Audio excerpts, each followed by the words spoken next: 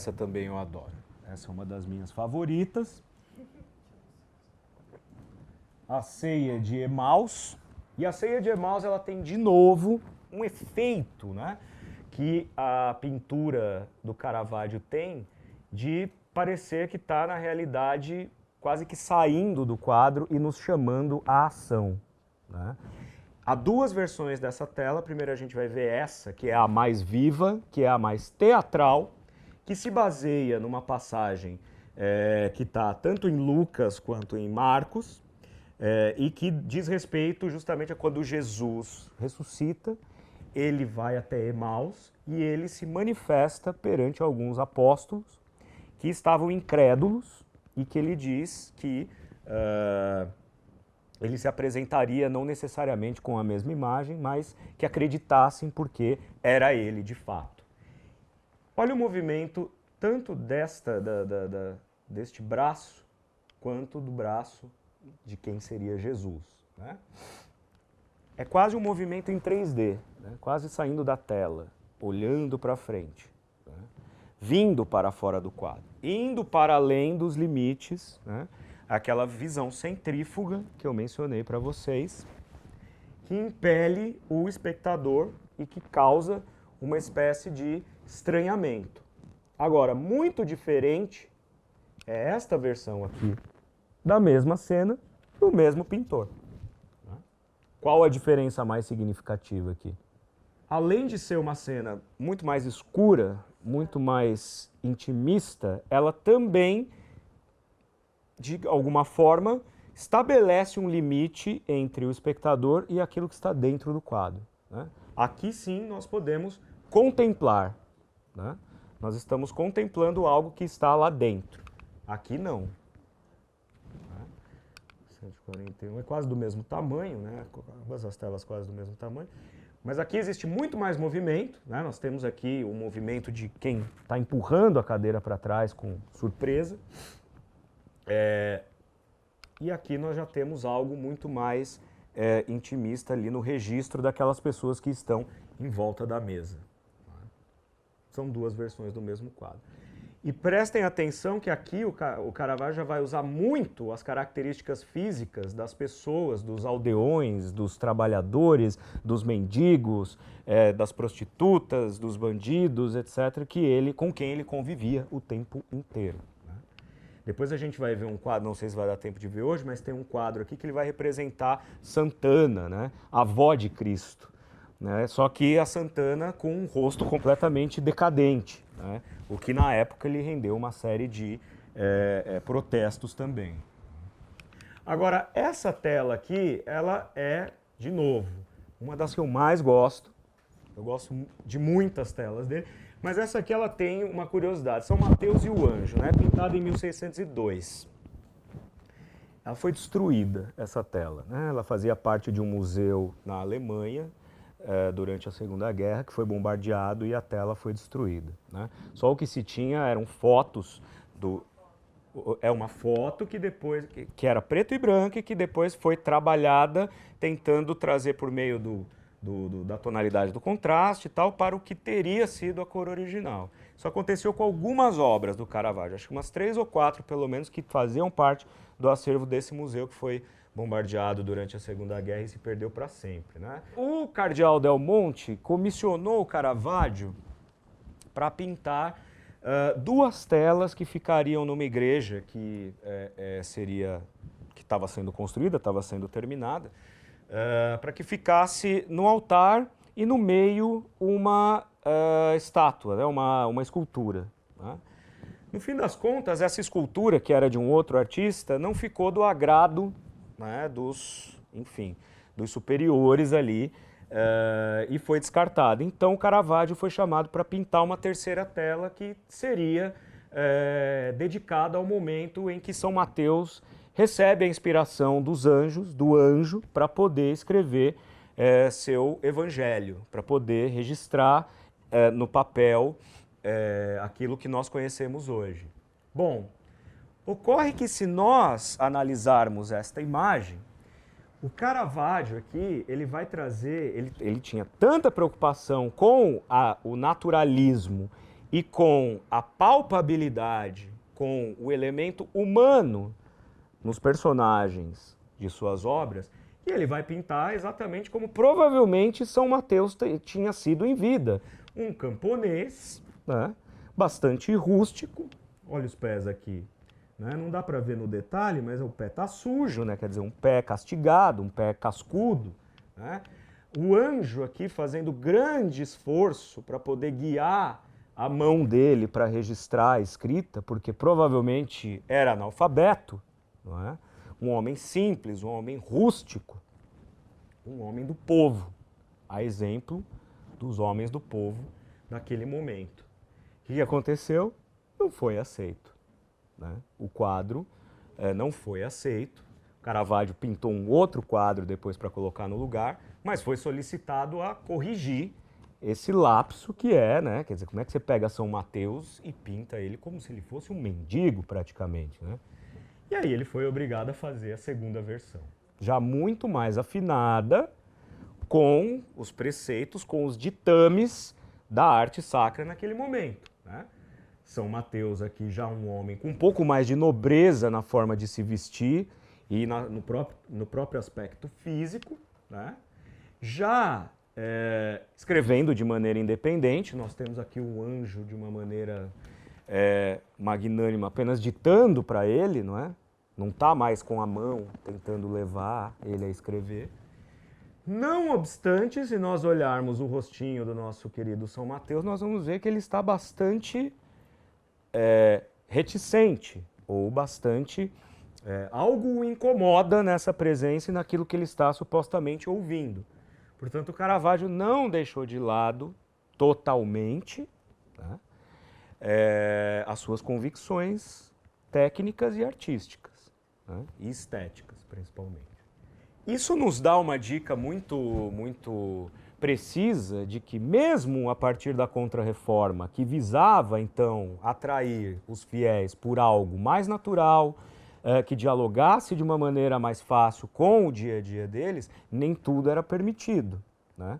Ainda nem tudo era aceitável. Por isso, Caravaggio tinha tanta dificuldade em estabelecer uma carreira regular nos círculos de colecionadores e no círculo do mecenado. Porque, vez por outra, ele transcendia todas as regras vigentes, às vezes mais, às vezes menos, mas quando era demais, ele, né, colocava toda a sua fúria ou toda a sua visão pessoal de mundo de uma vez só. Tá? De novo, uma obra que causou bastante polêmica à época em que foi pintado, porque nós temos a incredulidade de São Tomé, né? Qual que é o lema de São Tomé? Temos que ver para crer, né? E é baseado na passagem também de João, né? Capítulo 20, em que Tomé, não acreditando que aquele era o Cristo ressuscitado, é convidado por Jesus a olhar e tocar o ferimento da lança, né? De qualquer maneira, então, o Caravaggio vai pintar essa cena de São Tomé. De novo, prestemos atenção às feições, né, às marcas, né, no rosto dos personagens, principalmente de Tomé, né? E o realismo, né, dessa imagem, que à época foi considerada um escândalo. Essa é uma das telas de Caravaggio que naquele momento existem registros mostrando que foi escandalosa, que foi escatológica e não para menos. Porque aqui ele está pegando a imagem sagrada de Cristo, né, a imagem crística, e profanando de uma maneira muito realista com o naturalismo dele. Né? E além de tudo, de novo, nós temos aqui indícios de que esses personagens, na verdade, fazem referência ao populacho, né? As roupas rasgadas, o rosto bastante marcado pelo tempo, né? Principalmente esses dois personagens. Né? E um Cristo que, de alguma forma, parece se comprazer de mostrar ao seu discípulo que, olha, eu sou o Cristo de fato, toque, coloque o dedo na minha ferida. Né? Aliás, acho que é daí que vem a expressão, né? Botar o dedo na ferida. De qualquer maneira, esse quadro ficou durante muito tempo na coleção do Del Monte até ser passada adiante, mas ela nunca serviu aos princípios da igreja, né? A incredulidade de São Tomé, portanto. E essa daqui também é muito interessante, porque essa vem com a captura de Cristo, e de novo a gente vê o Caravaggio aqui se colocando na pintura, né? Se representando na pintura, como São Pedro. Então aqui nós temos a cena da captura do Cristo, né? Nós temos a representação de João e de Judas, no momento em que Judas dá o beijo na face de Cristo para traí-lo. Veja que aqui o Caravaggio pinta de maneira que as cabeças de Jesus e de João, aliás, de João, estão quase que juntas, são quase que cabeças siamesas, né? Não existe uma diferenciação muito clara entre as duas cabeças, parece que elas estão grudadas. E aí a gente pode pensar na relação que existe entre o corpo santo e o corpo físico, né?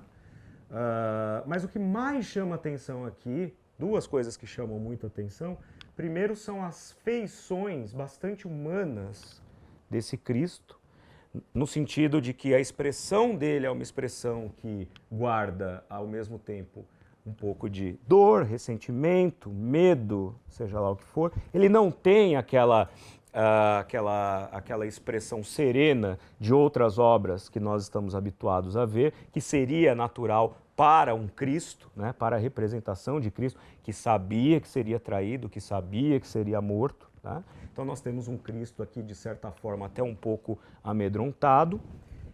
E um elemento muito interessante aqui dessa pintura é o reflexo da armadura dos soldados, né? No momento em que o recurso era tinta a óleo. Então, atingir essa perfeição de uma luz que chega a ofuscar. Se você olha num primeiro momento assim, nossa, né? Tipo, é uma luz que está batendo nessa armadura que vai ofuscar o espectador, o observador. E há quem diga, há historiadores da arte que digam que este recurso Caravaggio usa de novo para espelhar no espectador a culpa que está incutida na paixão de Cristo. A culpa que existe, né, que Cristo supostamente morreu para purificar. Essa culpa, essa impureza do espírito humano seria possível de ser vista por meio desse reflexo que ofusca a nossa visão. Como se esse reflexo nos chocasse ao ponto de nós nos compadecermos com a narrativa da paixão de Cristo, né? E de novo Caravaggio ali segurando uma luminária. O mais interessante de várias obras do Caravaggio é que a gente tem que prestar atenção no que está no segundo plano, porque ele coloca elementos que às vezes a gente só vê parcialmente, como por exemplo essa luminária, como por exemplo o instrumento que o próprio Caravaggio estava segurando ali no quadro dos músicos, né? Eles estão lá, mas estão às vezes parcialmente encobertos, ou estão num ângulo que não necessariamente privilegiam a percepção num primeiro momento, mas são elementos importantes. Aqui um dos focos de luz dessa cena em geral é o próprio Caravaggio segurando uma luminária aqui ao fundo. E um Cristo humanizado, né?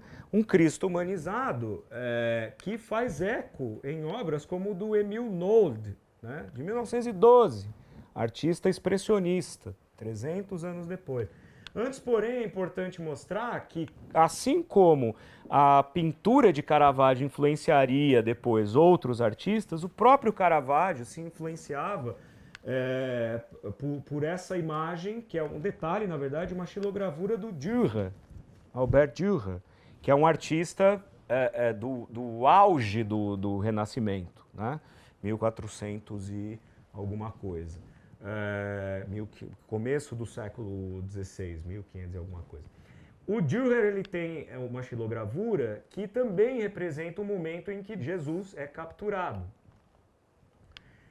Então, se a gente olhar os detalhes dessa captura, né, esse detalhe principalmente aqui, de Judas beijando Jesus, vai fazer um pouco de eco, né, nessa composição aqui também. Portanto, Caravaggio não abre mão de um pouco das formas fixas, né, que a técnica do momento, a técnica daquele momento, exigia para que a obra fosse minimamente aceitável. E essa humanização de Cristo vai ressoar no Émile Nolde, que, como eu falei, um artista expressionista que faz em 1912 essa xilogravura chamada Profeta, que também traz traços bastante desgastados, decaídos, bastante humanos, né, cansados, ou seja, destitui a imagem de Cristo de sua santidade, né, de sua deidade. Né. O Émile Nolde é um artista que foi bastante perseguido. Primeiro ele foi perseguido por supostamente se alinhar ao nazismo, depois ele foi perseguido pelos nazistas. Né. Então ele ficou no meio termo ali. Né. E aí, só para a gente finalizar a discussão de hoje, o Hauser, lá no livro História Social da Arte e da Literatura, vai dizer o seguinte: o fracasso de Caravaggio é sociologicamente ainda mais extraordinário por ser ele talvez o primeiro grande artista a ser rejeitado em virtude de sua individualidade artística, como a gente vem falando, né? E suscitar a repulsa de seus contemporâneos precisamente pelas mesmas razões que seriam a base de sua fama ulterior. É aquilo que eu acho que eu até mencionei na aula passada, né? O gênio da véspera é a besta do dia seguinte e vice-versa, né? Mas se Caravaggio é realmente o primeiro mestre da era moderna a ser menosprezado por seu valor artístico, então o barroco significa um importante ponto de mutação no relacionamento entre arte e o público, a saber, o fim da cultura estética que começa com a Renascença. O que o Hauser está dizendo aqui para a gente é o seguinte: bom, primeiro que tudo isso que está na obra do Caravaggio, que fez com que ele fosse uma espécie de artista maldito, seria exatamente o que ia fazer com que ele fosse redescoberto no século XX e tido como um dos maiores artistas da cronologia da história da arte. Por outro lado, isso também diz que esse período barroco acaba com essa imutabilidade da percepção estética da Renascença, como uma espécie de massificação das representações, das formas, e passa a dar margem à individualidade do artista, né? Que eu já falei também, é quando o artista, do maneirismo para o barroco, é quando o artista começa a se colocar dentro de sua obra, quer dizer, começa a reificar sua presença dentro de sua própria obra. Tá? Então, é isso que o Hauser está trazendo aqui para a gente. Ok? Na próxima aula, então, a gente vai ver a segunda parte, que ainda tem várias telas para a gente olhar aqui, e vamos falar um pouco dessa influência mais marcada na cultura, na arte contemporânea, moderna e contemporânea, que pode ser encontrado, cuja origem, os primórdios, podem ser encontrados nessas obras que a gente vem vendo até aqui. Ok? Muito obrigado pelo seu tempo.